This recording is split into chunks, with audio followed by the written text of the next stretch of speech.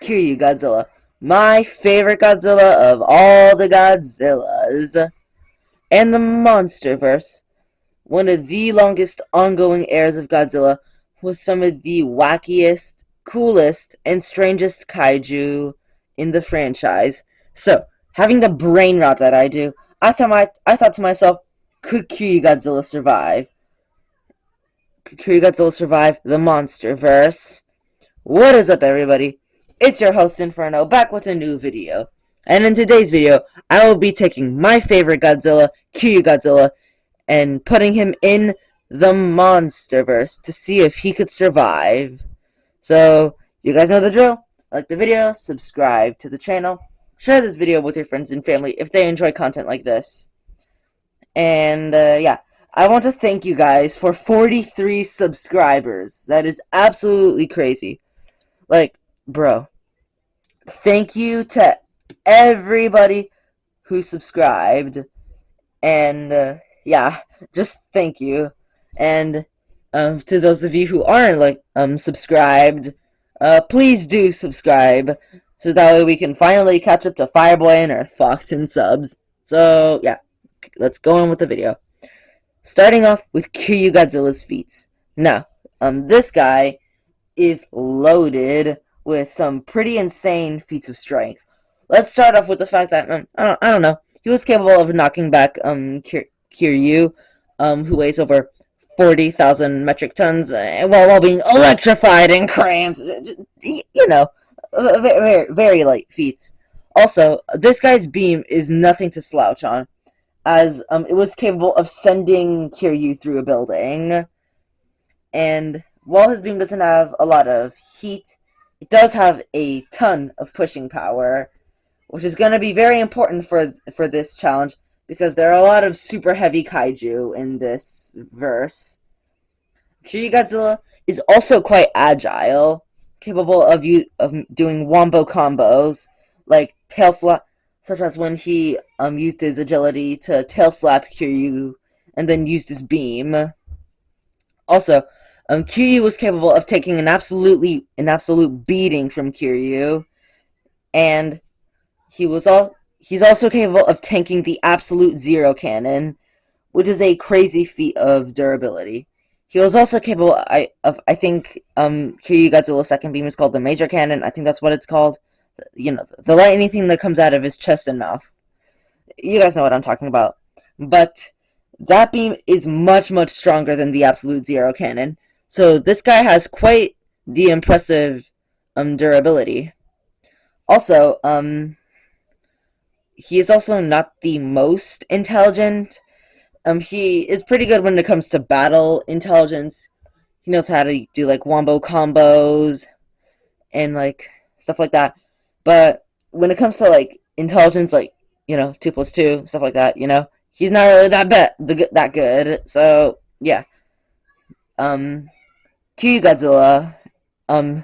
By the way, we are not going to be taking statements into account, or at least most statements, because if we did, Kiryu Godzilla would absolutely sweep through the Monsterverse, because the Kiryu saga is canon to the Showa era, and Kiryu Godzilla is the biggest threat ever, as it states, which would put him above the likes of King Ghidorah, Mechagodzilla, and even Showa Godzilla himself. So we are going to be staying away from that statement, but just know in the back of your mind that if we were taking that statement into account, Kiryu would sweep the verse. So let's get into the verse swap.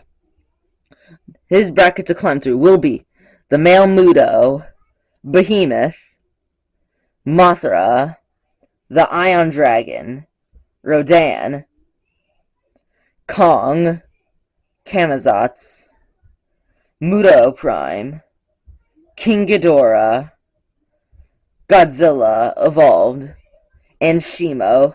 So starting off with the male Muto. Alright, Godzilla, moving on.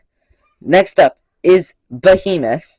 Now, this easily goes to Kiryu Godzilla. Behemoth literally got packed up by Amulok, a tree. It's made out of wood and mud. So, with negative difficulty, Kiryu Godzilla moves on. And next up, we have Mothra, which could provide some slight challenge due to her Silken God rays, but a single beam or a tail slap would take out Mothra. So, next up is the Ion Dragon, which actually has some pretty impressive feats. It was capable of ragdolling Godzilla, or pushing him around, and he knows like weak spots as he bit into Godzilla's gills. So yeah, this guy also has his barf breath thing. Yeah, he was also capable of pretty much carrying like a massive ship like in the middle of nowhere. So yeah, but Kiryu Godzilla is just so much more durable. He is so much more physically powerful. He just destroys the Iron Dragon. So moving on is Rodan, which his speed and flight advantage could provide a little bit of trouble to Kiryu, but he has fought flying kaiju before, such as when he fought Mothra Imago. So overall, Kiryu Godzilla moves on again with low difficulty. So next up is Kong with the Beast Glove, which is the first real challenge. Now, Kong with the Beast Glove was capable of knocking out Monsterverse Godzilla. That might not seem too impressive at first. However, this was in his evolved state, which is his most durable we have seen him yet. And I know that some of you are going to be saying, but he wasn't knocked out. It was confirmed by the actor for Kong that in the script, he knocked down Monsterverse Godzilla. He knocked him out. So, yeah. The Beast Glove Kong would actually pose a really good challenge to Kiryu Godzilla. Kong is monkey, big brain, so yeah. He's also pretty fast and agile. He's capable of weaving through buildings and cities. He's also an excellent climber and has incredible dexterity, capable of using tools. So, overall, Kiryu Godzilla would have a tough time defeating Kong. However, Kiryu Godzilla, in my opinion, defeated a much more powerful Mecha Godzilla than Kong fought. So, overall, I would say with high difficulty, Godzilla moves on. Next up, we have Camazotz. So, this is a massive jump in power, because Camazotz plays dirty. He keeps his cards close to himself, if you will. And he actually has some really impressive feats. He was capable of busting through a mountain. He was also capable of lifting up Kong in the air. Camazotz was also capable of fighting Godzilla. Yes, this is canon. Camazotz fought Godzilla. That is actually the reason why he has a broken horn, because he fought Godzilla. So, yeah. Overall, this fight would be very, very difficult for Kiryu Godzilla, because the sonic screech was capable of making Kong's ears bleed. So this would cause excruciating pain for Kiryu Godzilla. However, it would only be a matter of time before Kiryu Godzilla would start to land some really good blows and would eventually kill Kiryu. Kill Camazotz, kill Camazotz. So, overall, with high difficulty, Godzilla moves on, and next up, we have the Muto Prime, which is a massive jump in power. Those punching fists of his are capable of causing, like, tremors in the ground. She is a pretty good digger, like, digging in general, so... she's also pretty durable, capable of tanking blows from Monsterverse Godzilla. She was also capable of taking out Dagon. And Dagon was like a very powerful Godzilla back in his day. Back in his day, he was one of the top Gojiras, you know. So overall, this fight very difficult for Kiryu. And I don't personally think that the Muto Prime Sonic Screech would break Kiryu's plates, because he's not Monsterverse Godzilla, okay? So the sonic screech would still cause him pain, but I don't think it would break his plates. However, because Kiryu Godzilla was capable of knocking back the 40,000 metric ton Kiryu while being cramped and electrified, I have no doubt that he would be capable of knocking around the Muto Prime. So, overall, this fight would be a slugfest. Very, very difficult on difficult on both sides of the fight.